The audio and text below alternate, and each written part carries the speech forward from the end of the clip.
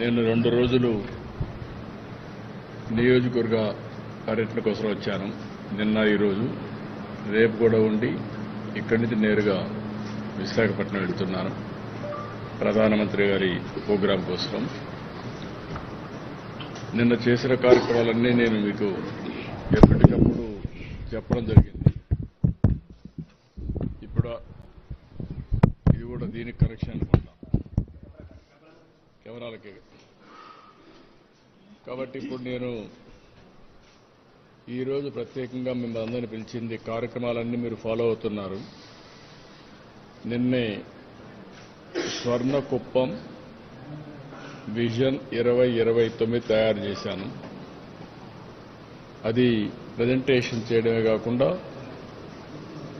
అమలు చేసేదానికి నిన్నటి నుంచే ప్రారంభించాం. దానికి కావాల్సిన నిధులు, హ్యూమన్ రిసోర్స్ అన్ని ప్రొవైడ్ చేసి ఆ విజన్ లాజికల్గా తీసుకుపోవడం కోసం ముందుకు పోతున్నాం. కుప్పాన్ని ఒక ఆర్గానిక్ కుప్పంగా తయారు చేయడానికి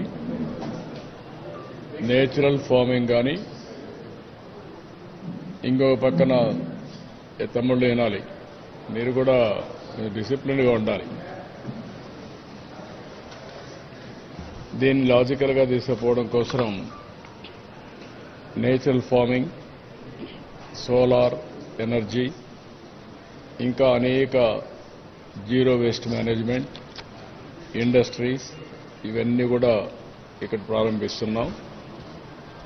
రాష్ట్రం అంతా పెద్ద ఎత్తున ఈ కార్యక్రమాలు చేస్తూనే ఈ నియోజకవర్గాన్ని కూడా ఒక మోడల్ నియోజకవర్గంగా తయారు చేయడానికి ఏమేం చేయాలనో అవన్నీ వర్కౌట్ చేశాం.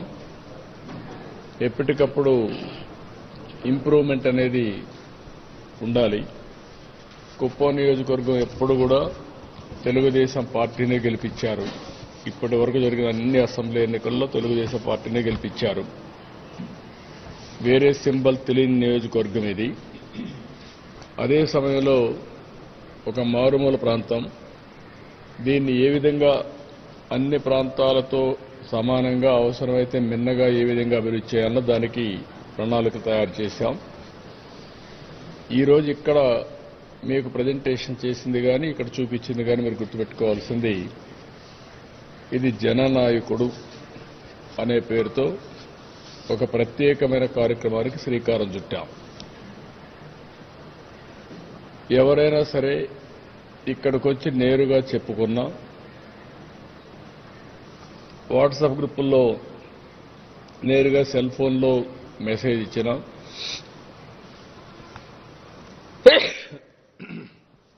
అదేవిధంగా మా కార్యకర్తలు ప్రజా సమస్యలు మా దృష్టికి తీసుకొచ్చిన నాయకులు కానీ, కార్యకర్తలు కానీ, ఇవన్నీ జననాయకుడు పోర్టల్లో రికార్డ్ చేస్తాం. రికార్డ్ చేసిన తర్వాత అవి డీటెయిల్డ్గా అనలైజ్ చేస్తాం. ఇక్కడ ప్రధానంగా నాకు 3 బాధ్యతలు ఉన్నాయి. ఒకటి, తెలుగుదేశం పార్టీ అధ్యక్షుడిని. తెలుగుదేశం పార్టీ ఎన్నికల్లో హామీలు ఇచ్చాం. ఆ హామీలు మా కార్యకర్తలంతా ఇంటింటికి వెళ్లి చెప్పి ఓట్లు వేయించారు. ప్రజాస్వామ్యంలో రాజకీయ పార్టీలకు ప్రాముఖ్యత ఉంది. మేము హామీలు ఇచ్చిన తర్వాత ఎన్నికల్లో గెలుస్తాం. ఆ మ్యాండేట్ తీసుకున్న తర్వాత తిరిగి ప్రజలకు ఇచ్చిన హామీలు నెరవేర్చడానికి ముందుకు పోతాం. ఇందులో కార్యకర్తలు అనేవాళ్లు ప్రజాస్వామ్యంలో చాలా కీలకంగా ఉంటారు. దేశ స్థాయిలో కానీ, రాష్ట్ర స్థాయిలో కానీ, ఎక్కడ కానీ.